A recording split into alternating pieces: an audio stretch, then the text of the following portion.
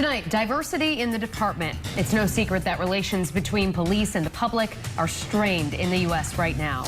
As activists and law enforcement leaders work to ease those tensions, both sides are raising concerns over whether police forces represent the communities they serve in terms of diversity. That led us to uncover some eye-opening information about the cultural breakdown of the Rhode Island State Police.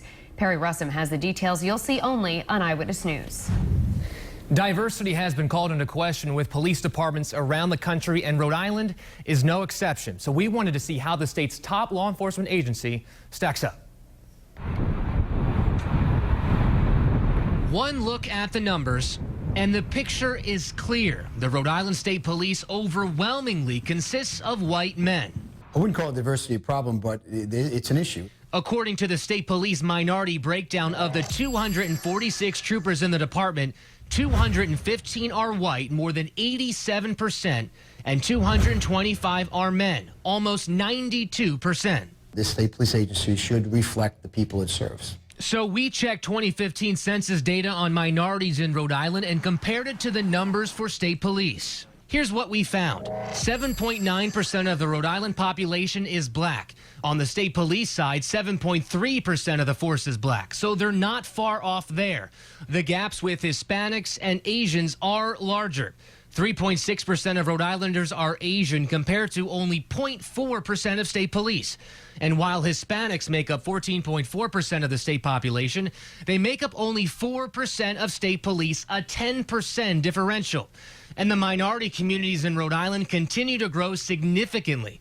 Black, Asian, and Hispanic populations are all up 50% or more in the last 15 years. No question. We are certainly underrepresented in the Hispanic population in the Southeast Asians that work within the state police. What I see from that is the interest level of applying for this position. If you don't have someone that looks like you, it's harder for someone to assimilate to the organization, say, this is where I want to go. Other than race, there's the breakdown of men versus women. If the force should directly reflect the population it serves, state police have serious work to do with adding women. There's a 43% differential between the state's population and the state police ranks. Population is 50-50, so by law enforcement standards, or just by a population standard, we're way below the norm. So we need to continue the same thing, get an interest level of women. So what are they doing to address the issue? Are we ready? Sir, yes, sir. Colonel O'Donnell says their approach to attract and retain diversity is constantly active. Move! Defeat the ducks! From recruiting within the community to making stops in local schools. A new class of 26 troopers graduated just last week. That includes one woman and a Hispanic man. The colonel tells me 29 candidates dropped out, including 7 minorities. Coming up new at 6, we'll tell you why and show you one specific approach state police are taking to attract and retain minority candidates. I'm Perry Russum, Eyewitness News.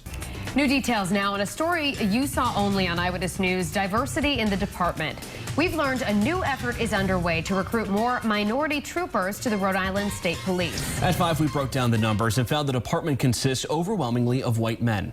New at 6, how they're giving minority candidates a unique opportunity to experience what it takes to make the force. Perry Russum joins us with a story you'll see only on Eyewitness News. Colonel Stephen O'Donnell tells me the state police should reflect the community they serve. And he says they have some work to do in attracting and retaining minority candidates. We're about to show you what they say is one solution. Are we ready? Yes, This is what state police call exposure. move! Defeat the ducks! The intensity level is not even close to the academy 1, 2, 3. level because it's not for all the marbles. Get on your feet. Sir, yes, sir. On your back. Get on your feet. It's just to kind of indoctrinate them into what we do.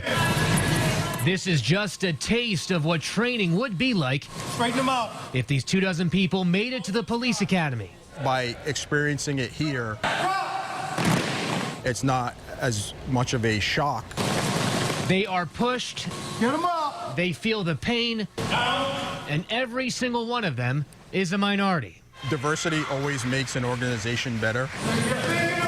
This is State Police's Diversity Academy, 6 weeks of high-intensity training Straighten them out. for people ranging in ages from 12 to 30. I should not see bent knees. And it's free. Do you think there's interest now with some of these younger people in possibly joining a law enforcement of some type? Oh, there's plenty of interest. Kobe Dennis is one of the leaders pushing for opportunity for minorities in state police forces. Everyone thinks that we're saying that we want minority police officers to help better manage the minority community. That's not what it's about. It's about accessibility. It's about opportunity. The new class of troopers that graduated last week started with 40 members, with 30% of them being minorities.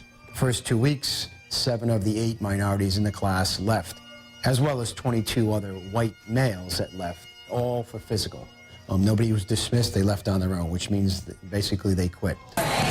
Dennis says the academy is a needed wake-up call to help potential minority candidates be prepared for the real thing.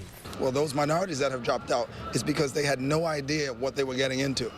They may see the posters, they see the advertisement, but they don't know what it takes to become a law enforcement officer. State police won't see if any of the members of this diversity academy become troopers for at least a few years. Police academies are decided on by the legislature and approved along with the budget. I'm Perry Russell, Eyewitness News.